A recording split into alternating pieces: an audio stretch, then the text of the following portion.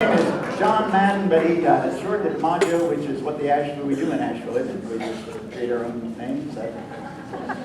And so Majo. I had a roommate that said, "What did you do? Change your name on the Greyhound bus coming to Asheville?" And I said, "Yes."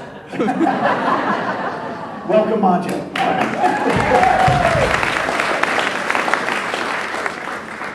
I offered to give a gift today 2 weeks ago. Not time enough to memorize a poem, but time enough to read a story. So that's where you're getting a story, and it's called Heaven Help Us. Heaven help us, I'm praying. I am comfortably ensconced at my table at Green Sage Cafe, my current fave place to hang out with my laptop. I have 2 to 4 hours of work ahead of me, which I will only relax if I accomplish this afternoon. I have not made a blog post for weeks. I have several topics floating around in my mind in my little spiral notebook, dictated into my phone. But there is this other work.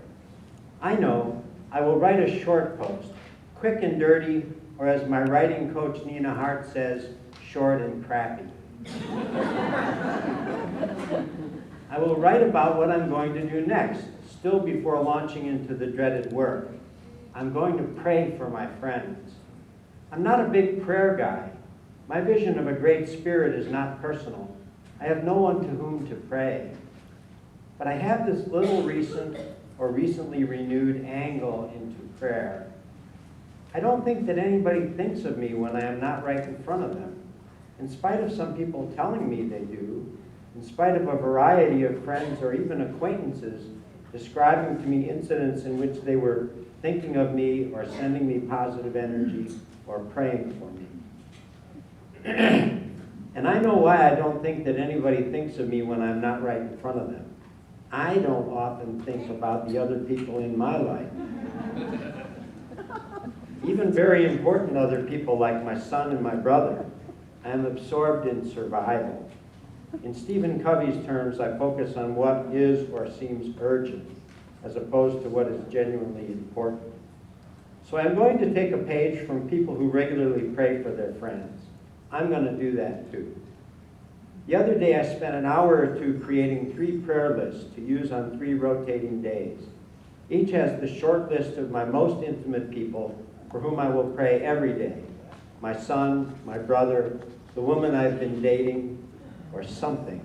It's not clear what, but I want to affirm her importance in my life. My roommate Patty, who's in the room. Where's Patty? My roommate Patty is in the room. Now, do you call it roommates? Roommates doesn't mean we share a room. I have this conversation with people. People, especially people my age, get all bent out of shape. She's my roommate.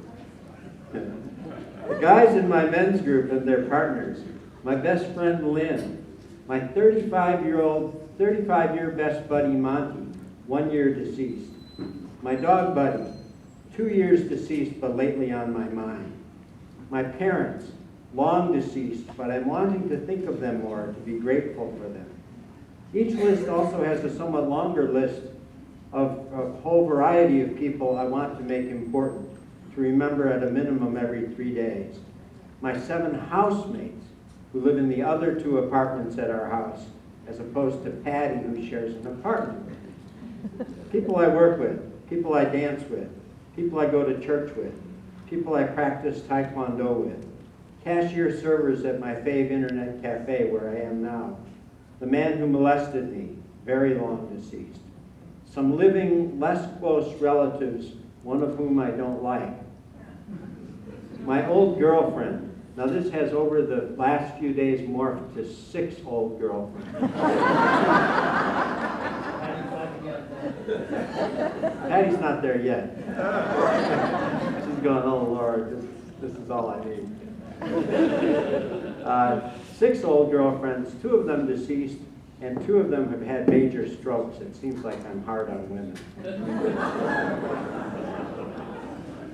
My goal is to spend at least a few minutes every day focusing on one of these 3 lists. I want to make my friends and other people in my life important. I want to remember that I'm actually connected with others.